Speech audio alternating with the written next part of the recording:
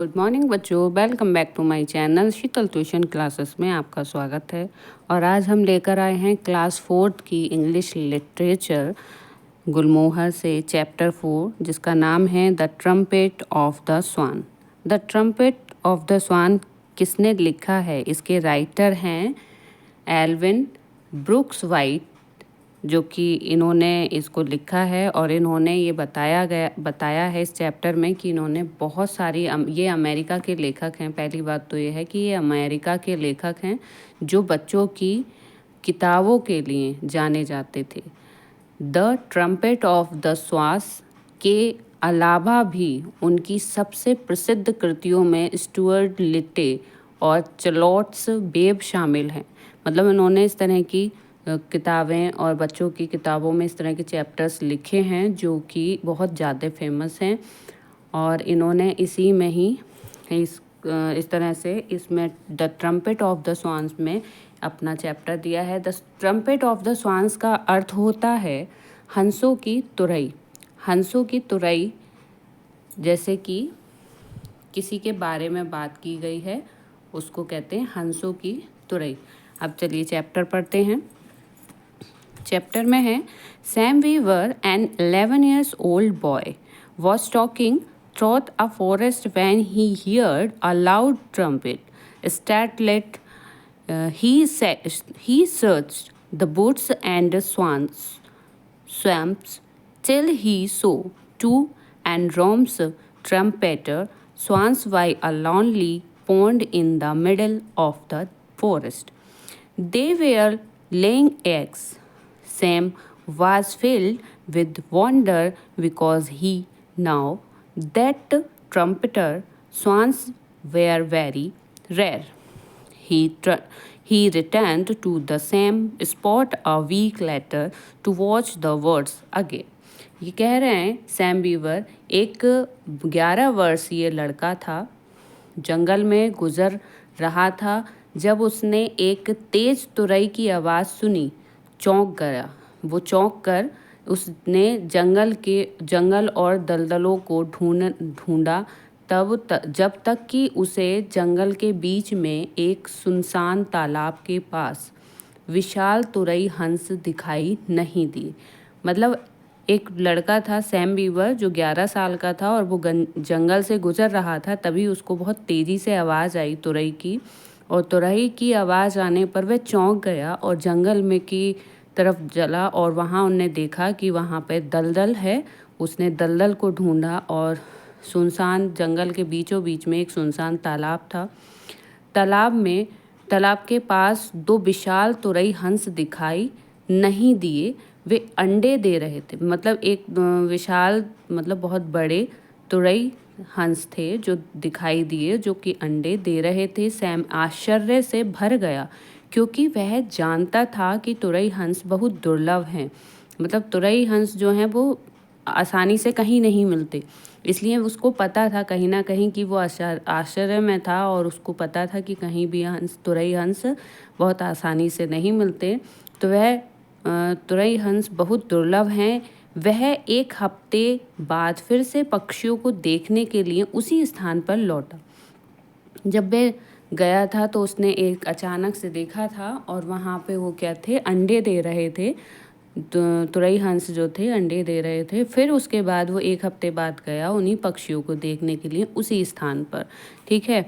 The swan had a strange feeling of being watched. She twisted and breathed uneasily and gazed intently at the point of land that jutted out into the pond near the nest, searching for an intruder. What she finally surprised her. There was a small boy sitting on a log. He was very quiet and he had no gun. हंस का अजीब सा एहसास हुआ कि कोई उसे देख रहा है। हंस को जो था अजीब सा एहसास हुआ कि उसे कोई देख रहा है। वह बेचैनी से मुड़ी और तालाब में घोंसले के पास, जो उसका तालाब के पास घोंसला था, उसके पास उभरी हुई दिख रही थी, छवि दिखती है ना जैसे, तो उनको एहसास हो गया कि वहाँ पे कोई है जो उनको देख रहा है। ठीक है, तो जो उभरी हुई ज़मीन की ओर ध्यान से देखने लगी, किसी घुसपैठिए की तलाश में। आखिरकार उसने जो देखा उससे वह हैरान रह गई। एक छोटा लड़का लड़की के एक लकड़ी के एक टुकड़े पर बैठा था। एक छोटा लड़का था जो लकड़ी के एक छोटे से टुकड़े पर बैठा था। वह बहुत शांत था और उसके पास कोई भी बंदूक नहीं थी। कोई भी बंदूक नहीं थी, इसका मतलब क्या है कि वह डर गया था। उसको ऐसा लगा कोई घुसपैठिया है जो मुझे और मेरे बच्चों को मारना चाहता था, इसलिए जो स्वान था वो डर के वजह से उसको देख रहा था। इसलिए उसको डर लग रहा था उस बच्चे से। There is a boy on that log, the swan whispered to the cob. अब उस लट्ठे पर एक लड़का है, हंस ने भुट्टे से फुसफुसाकर कहा। एक जो भुट्टा है उससे उसने फुसफुसाकर कहा कि वहाँ पर लकड़ी के उस गट्ठे पर एक लड़का बैठा हुआ है, ऐसा उस स्वान ने उससे कहा। The cob was very angry. How did he get here in the heart of the forest? Boys cannot fly and there are no roads in the jungle, he shouted. अब जो वो भुट्टा था वो बहुत क्रोधित हुआ। वह जंगल के बीच में कैसे आ गया? लड़के उड़ नहीं सकते और जंगल में सड़कें भी नहीं हैं, वह चिल्लाया। मतलब उसे बहुत ज़्यादा गुस्सा आया उसकी बात सुन के स्वान की, कि मतलब लड़के तो उड़ भी नहीं सकते और जंगल में सड़कें भी नहीं हैं, तो ये कहाँ से आ गया? तो बहुत ज़्यादा गुस्से में आ गया और उसने इस तरह से चिल्लाना शुरू कर दिया। Maybe he is lost, said the swan quietly. Anyway, he is just looking at us. शायद वह खो गया है, ऐसा हंस ने धीरे से कहा कि शायद वह खो गया है, वैसे भी वह बस हमें देख रहा है। तो उसने जब वो भुट्टे से बोला कि शायद वो खो गया है लेकिन वह खाली हमें देख रहा है, हमें कुछ भी नुकसान नहीं कर रहा है। What? If he throws stone at us, said the cob. Just wait, I will go and knock him cold with my wing. लेकिन अगर वह हम पर पत्थर फेंके तो क्या होगा? कॉब ने कहा। कॉब बोला कि अगर वो हम पर पत्थर फेंके तो क्या होगा? बस रुको, मैं जाकर अपने पंख से उसे बेहोश कर दूंगा। तो उसने बोला कि जब वो पत्थर फेंकेगा, अगर वो हमारे ऊपर पत्थर फेंकने लगा, उसको डर लग रहा था कि अगर वो हमारे ऊपर पत्थर फेंकेगा तो हम क्या करेंगे, तो मैं उसको जाकर अपने पंखों से उसे बेहोश कर दूंगा। ऐसा जो था एंग्री जो भुट्टा था वो बोलने लगा। Now just wait, don't start a fight, said the swan. He is not disturbing us at all. Anyway, I will start it this nest. I will go and lay a fourth egg now, said the swan. अब बस रुको, लड़ाई शुरू मत करो। हंस ने कहा कि अब रुक जाओ, लड़ाई शुरू मत करो, वह हमें बिल्कुल भी परेशान नहीं कर रहा है। वैसे भी मैंने ये घोंसला बनाना शुरू कर दिया है। और अब मैं जाकर चौथा अंडा भी दे दूंगा। हंस ने कहा ऐसा कि अब उसे परेशान मत करो और ना ही कोई लड़ाई करो, ठीक है।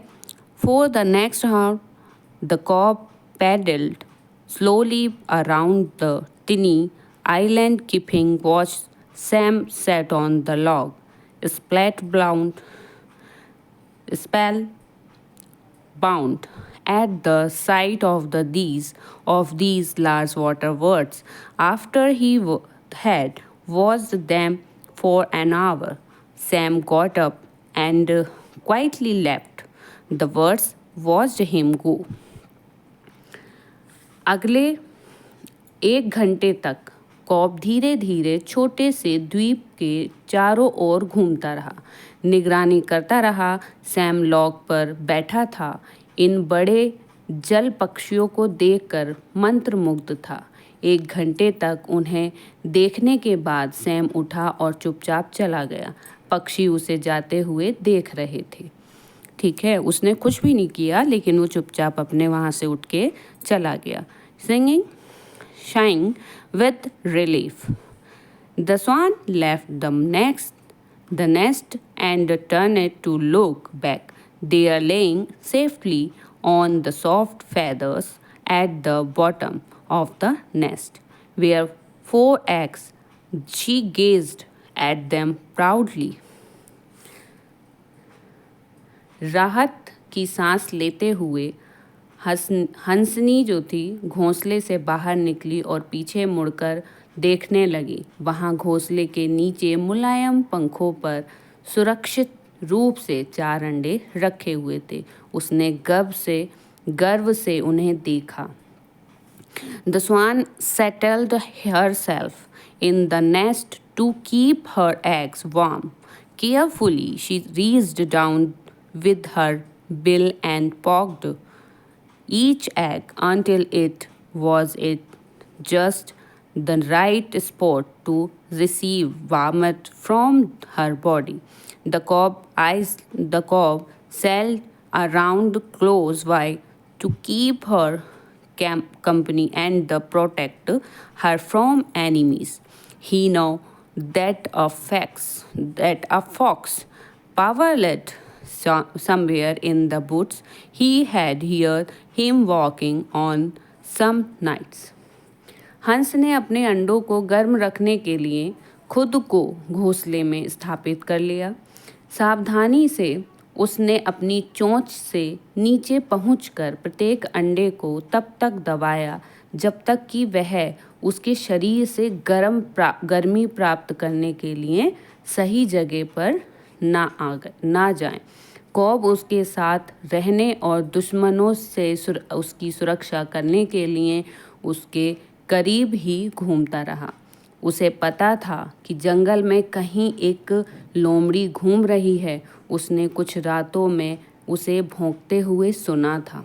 अब कॉब जो था अपनी जो स्वान थी उसके साथ घूम रहा था, उसकी निगरानी कर रहा था, उसके अंडों की निगरानी कर रहा था, देखभाल कर रहा था कि एक लोमड़ी की आवाज़ उसने सुनी थी जिससे वो डरा हुआ था और उसको डर लग रहा था कि कहीं वो हमें कोई नुकसान ना पहुंचाए।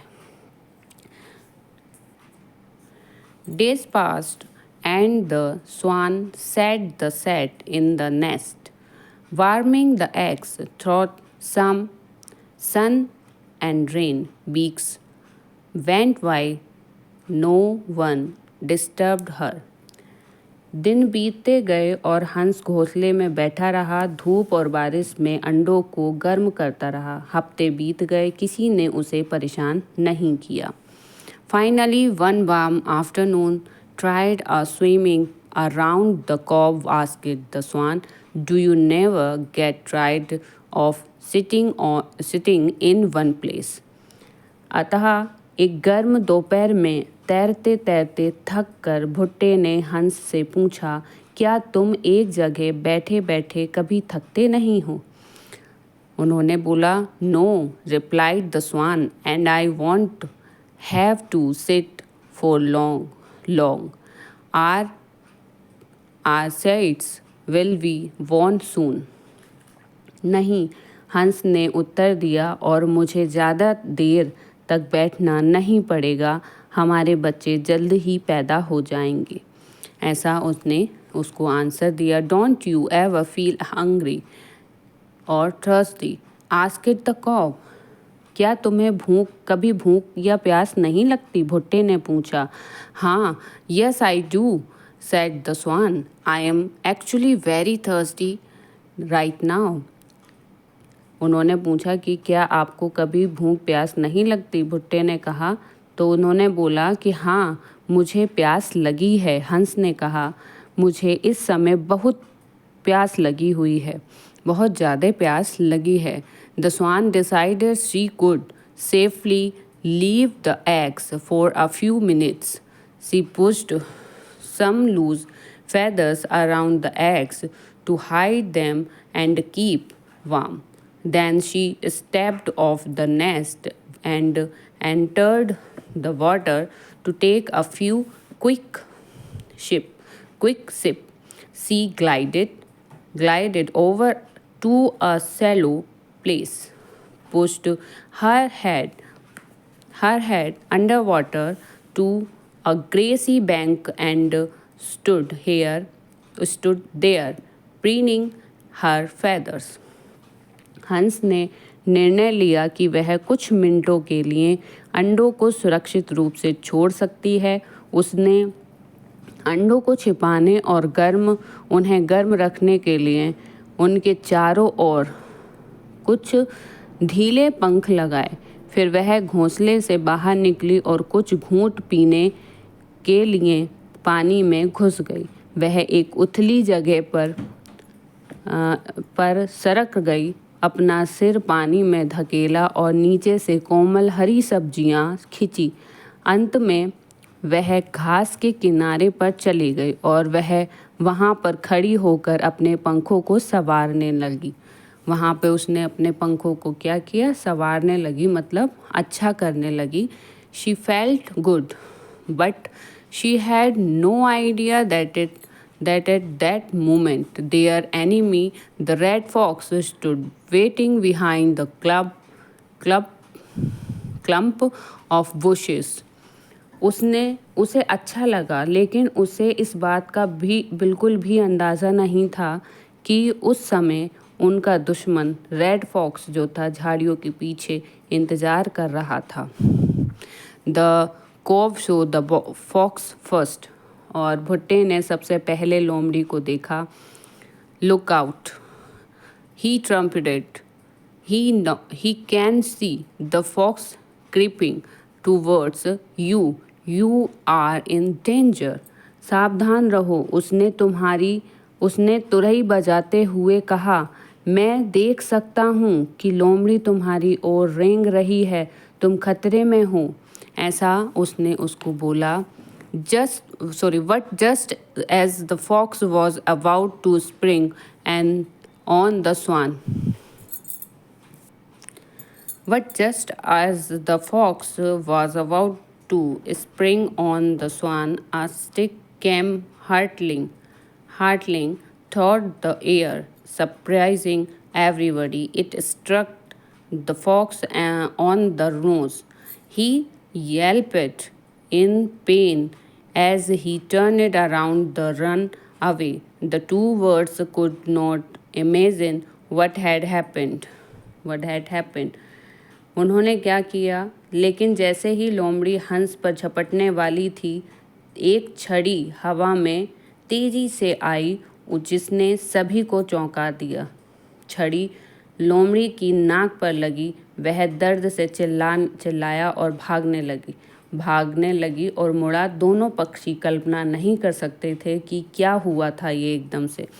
Then they noticed a movement in the bushes. Out stepped Sam Beaver, the boy who had visited them a month ago. Seeing him the swans now that he had saved them from the fox, they realized that the boy was their friend after all.